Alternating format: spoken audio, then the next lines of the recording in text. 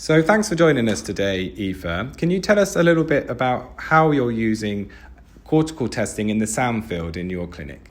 So we use corticals for a number of reasons in clinic, but the main reason is for our newborn population. Our newborns come from the newborn hearing screening. They will have an ABR test. Quite often the children that we see in the corticals are children that have been born with a hearing loss, and most of them have been fitted with hearing aids and some have not. For our children that require hearing aids, we really like to use corticals when they're about 4 to 5 months old to help us validate the programming of their hearing aids and to ensure that they are fitted sufficiently for them. The other cohort of children are, for instance, children who have glue ear and experiencing temporary conductive hearing losses. When they're about 4 to 5 months old, if the glue ear is still present, we like to use a cortical to make a judgment as to whether that child needs a form of hearing device such as a bone conduction hearing aid. There is another cohort, such as children who are presenting with patterns of results that suggest ANSD. We know that with children that present with potential ANSD, some of them might need a hearing device and some may not. We're then very dependent on parental reporting and questionnaires to decide whether that child needs a hearing device before they are of behavioural testing stage. By having a cortical can really help us make, again, a management decision as to whether that child requires a hearing device before they turn 8 months old and before we can test them behaviourally. Perfect. It sounds like you're using this test in a lot of patient groups. Are there any other patient groups that we haven't talked about so far? Yes. So we also see a lot of children with additional needs or complex needs. Some of these children might not test behaviourally, or we might not have had sufficient information about their hearing quite some time. If we feel like they will sit still and engage with our toys and be attentive in the test, as well as tolerate the electrodes, we will consider a cortical assessment for them. However, again, it requires a lot of judgment as to whether that child will tolerate the testing, as quite often they do tend to be a little bit older. Absolutely, but nice to have an additional tool in the toolbox. Since you've had the test, what advantages have you seen that it brings to your clinic and into the patient care itself? So having corticals definitely bridges a gap between, and especially for our newborns. Quite often we'll see them for their ABR assessment when they're a couple of weeks old, and we have no other forms of testing a child's hearing until they're at least 8 months old, where we can then start performing VRA. Especially for our children and our newborns that have been fitted with hearing aids, having corticals in between, where we can complete corticals about 4 to 5 months old, really bridges the gap. Having that cortical in between, again, allows us to make sure that the hearing aids are set up appropriately.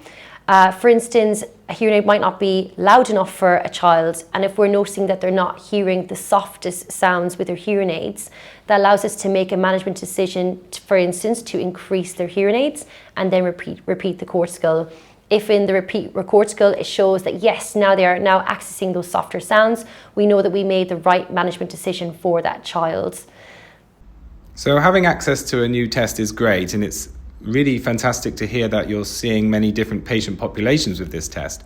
But you also then have to start to integrate that alongside all the other tests that you're currently doing. How have you gone about doing that in your clinic? So it does take a little bit of preparation time. The first thing I would say is that it's really important to have a dedicated room where you can have enough space to set up the equipment and to have toys. I would say it's really helpful to have the cortical equipment on the Eclipse, as a lot of our experienced clinicians who are trained in corticals are also trained in ABRs and are used to using the Eclipse. The Eclipse itself is really easy to use, and I would say that the equipment is also really easy to calibrate. It literally takes a couple of seconds, which is fantastic. And especially when you're in quite a busy clinic, it's really helpful to have equipment that's simple and easy and effective to use. I would say it's also really important to have a small dedicated number of clinicians that will perform corticals. In our experience and in our hospital, We perform about 4 to 6 sessions of corticals a month. So again, similar to ABRs, it's really important that the clinicians are really competent in corticals and keep up with their clinical skills. The other thing is having appropriate toys. So in our experience, we have spent quite some time looking at our toys and our resources and figuring out what works for our patients. In our experience, we find that lighted toys and books are really good methods of engaging with the child. But we also have the option of a projector and putting on some YouTube videos or other videos that might help us engage with the child. Having good communication as well between the tester and the engager is also very important. We know that when the child's attention starts to veer off, that we might not get the result that we might be expecting. And it's therefore really important that, particularly for the engager, that they've got lots of different toys and things that they can use to really help that child stay engaged with the test.